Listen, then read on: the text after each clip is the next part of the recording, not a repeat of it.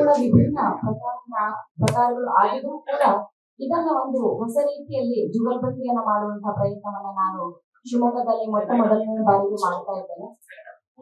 ಈ ಕಾರ್ಯಕ್ರಮದಲ್ಲಿ ನನ್ನ ಜೊತೆಗೆ ಯಕ್ಷಗಾನದ ಭಾಗವತಿಕೆಯಲ್ಲಿ ಅನಂತ್ ಹೆಗ್ಡೆ ಯಲ್ಲಾಪುರದವರು ಅವರು ಭಾಗವಹಿಸ್ತಾ ಇದ್ದಾರೆ. ಮುಖ್ಯವಾಗಿ ನಮ್ಮ ಜೊತೆ ವಿಠಲ್ ರಂಗದೋಳ್ ಅವರು, ರಾಘವೇಂದ್ರ ರಂಗದೋಳ್ ಅವರು, ಪಂಡಿತ್ ತುಕಾರಾಮ್ ರಂಗದೋಳ್ ಅವರು, ಹಾಗೆಯೇ ಯಕ್ಷಗಾನದ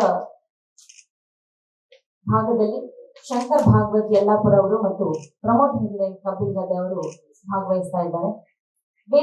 ವೇದಿಕೆಯ ಕಾರ್ಯಕ್ರಮದಲ್ಲಿ ನಮ್ಮ ಶಿವಮೊಗ್ಗದ ಹಿರಿಯರಾದಂತಹ HS ನಾಗರಾಜ್ ಅವರು ಕಾರ್ಯಕ್ರಮವನ್ನು ಉದ್ಘಾಟನೆ ಮಾಡಲಿದ್ದು, ಈ ಕಾರ್ಯಕ್ರಮಕ್ಕೆ ಸಹಕಾರವನ್ನ ಕನ್ನಡ ಮತ್ತು ಸಂಸ್ಕೃತಿ ಇಲಾಖೆ ನೀಡ್ತಾ ಇದೆ. ಹಾಗಾಗಿ ಮುಖ್ಯ ಅತಿಥಿಗಳಾಗಿ ಉಮೇಶ್ ಸರ್ ಇರ್ತಾರೆ. ಜೊತೆಗೆ ಚಾರ್ಟರ್ಡ್ ಅಕೌಂಟೆಂಟ್ ಆಗಿರುವಂತಹ N ರಾಮಚಂದ್ರ ಅವರು ಕೂಡ ವೇದಿಕೆಯಲ್ಲಿ ಉಪಸ್ಥಿತರಿರ್ತಾರೆ. ಈ ಒಂದು ಕಾರ್ಯಕ್ರಮಕ್ಕೆ ತಮ್ಮೆಲ್ಲರ ಸಹಕಾರವನ್ನ ನಾನು ಕೋರ್ತಾ ಇದ್ದೇನೆ. ಜೊತೆಗೆ ಇದೊಂದು ಅತ್ಯಂತ ವಿನೂತನ ಕಾರ್ಯಕ್ರಮ, ಇಲ್ಲಿವರೆಗೆ ಯಾರೂ ಮಾಡಿರ್ಲಿಕ್ಕಿಲ್ಲ ಅಂತ ನಾನು ಭಾವಿಸ್ತೇನೆ. ಯಕ್ಷಗಾನ ಮತ್ತು ಸುಗಮ ಸಂಗೀತದ ಅತ್ಯಂತ ಬೇರೆ ಪ್ರಕಾರವಾಗಿದ್ರೂ ಕೂಡ ಇದನ್ನೊಂದು ಹೊಸ ರೀತಿಯಲ್ಲಿ ವಿನೂತನ ಶೈಲಿಯಲ್ಲಿ ಶಿವಮೊಗ್ಗ ಜನತೆಗೆ ನೀಡುವ ಒಂದು ರೀತಿಯಲ್ಲಿ ಈ ಕಾರ್ಯಕ್ರಮವನ್ನ ಹಮ್ಮಿಕೊಳ್ಳಲಾಗ್ತಾ ಇದೆ. ಹಾಗಾಗಿ ಕಾರ್ಯಕ್ರಮದ ಮೊದಲು ತದನಂತರವೂ ಕೂಡ ತಮ್ಮೆಲ್ಲರ ಸಹಕಾರವನ್ನ ನಾನು ಈ ಮೂಲಕ ಕೋರಿಕೊಳ್ತಾ ಇದ್ದೇನೆ.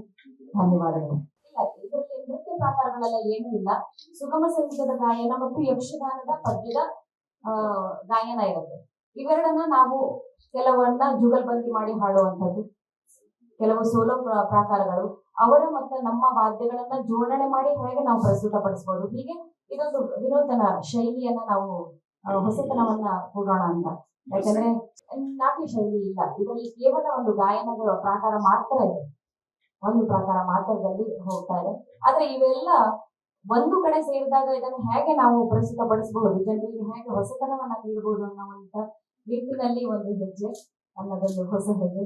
ನಮ್ಮೆಲ್ಲರ ಸಹಕಾರ ಇರಲಿ ಅಂತ ಕೇಳ್ಕೊಳ್ತಾ ಇದ್ದೀನಿ. ನಮಸ್ಕಾರ.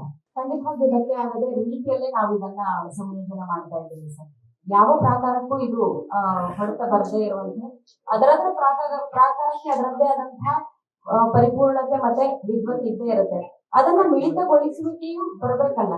ಮತ್ತೆ ಸಂಗೀತದಲ್ಲಿ ಹೊಸತನವನ್ನ ಹೇಗೆ ಹುಡುಕ್ತೀರಿ? ಎರಡು ಬೇರೆ ಬೇರೆ ಪ್ರಾಕಾರಗಳನ್ನ ಒಂದು ವೇದಿಕೆಗೆ ತಂದಾಗ ಅಲ್ಲಿ ಏನಾಗುತ್ತೆ ಅಂದ್ರೆ, ಈಗ ವಾದ್ಯ ಕಲಾವಿದರು ಇರ್ತೀವಿ, ಸಂಗೀತಗಾರರು ಇರ್ತೀವಿ, ಎಲ್ಲದಕ್ಕೂ ಶಾಸ್ತ್ರೀಯ ಬ್ಯಾಕ್ ಗ್ರೌಂಡ್ ಅಲ್ಲೇ ಬಂದಿರುತ್ತೆ.